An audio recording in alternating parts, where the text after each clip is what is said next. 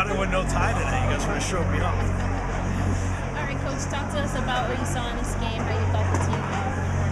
I saw the same thing tonight that we saw in Boston. I mean, we've outshot our opponents, I think, like 5 consecutive games in a row.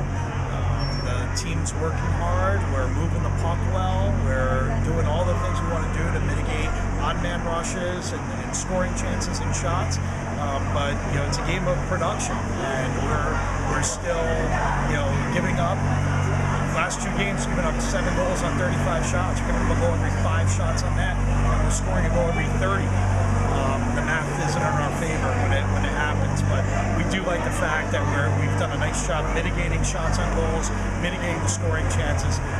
But we just can't afford to give up the weak ones. We can't afford to give up goals every 5 shots, especially if we're not being productive on the offensive end.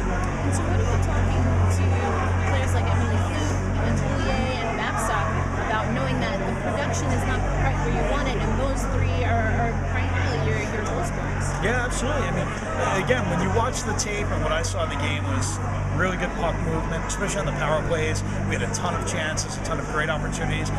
It's just not going in. And so it's really the mindset of, am I shooting to shoot or am I shooting to score?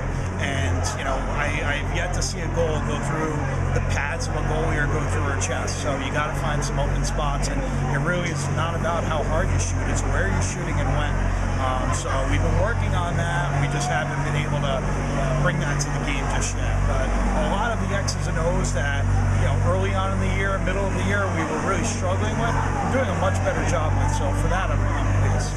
Seems in a lot of ways you're getting the puck to the right spot. A lot of bodies out in front. I saw during several times during the course of the game, just unable to get that second, third chance. But the bodies are there. The puck's getting there, just not able to follow through. Yeah, I agree. Listen, you earn your bounces. I think we're working hard enough to get some bounces, and I think we're getting more than we had been getting. But the effort level has got to be sustained. We had a little bit of lack of focus, 7-8 minute stretch, and we give up 3 goals on 9 shots in the first half of the second period. You just can't win hockey games that way. So overall, the team's really progressing and evolving, but we just have no margin of error. And so when those 7-8 minutes of ugly hockey present themselves, it's costly. Can you talk about Sam Donovan? She gets her first point. It looked like she might have had a chance to get her first goal. Did you see what happened, why that was disallowed?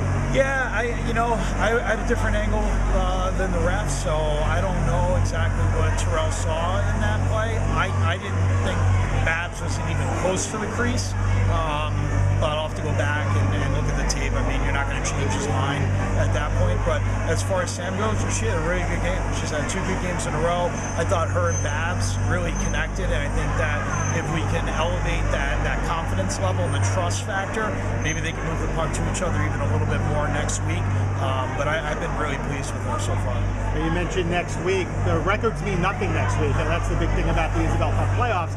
It's one and done. So I know on paper, obviously, you guys are 4th, Metropolitan's 1st, but you can go into the building and pick up a big victory. How do you get the players inspired for a game like that? Yeah, number one, I think that they have to inspire themselves. I mean, if they're waiting for me to say those magical words, we're in trouble. But I think they feel good about themselves. I think they feel confident over the last couple games they've had against the Riveters. They know that we need to stay out of the box to have a chance to be successful. But I think we actually are a better matchup with them than probably even Buffalo. I mean, Buffalo is a very good team. They're a good skating team, and they also have a physical side. I think much more so, especially with their forwards than the Riveters do. So I like how we match up against Metropolitan, and I think the players feel pretty good about the last couple of performances against them. And the last thing I'd say is I think like you mentioned, the structure of the playoff is in our favor. I mean, if you're the underdog, I'd much rather play 1 game than a series. So I think we feel good about just the structure in general. Thanks. All right, thanks.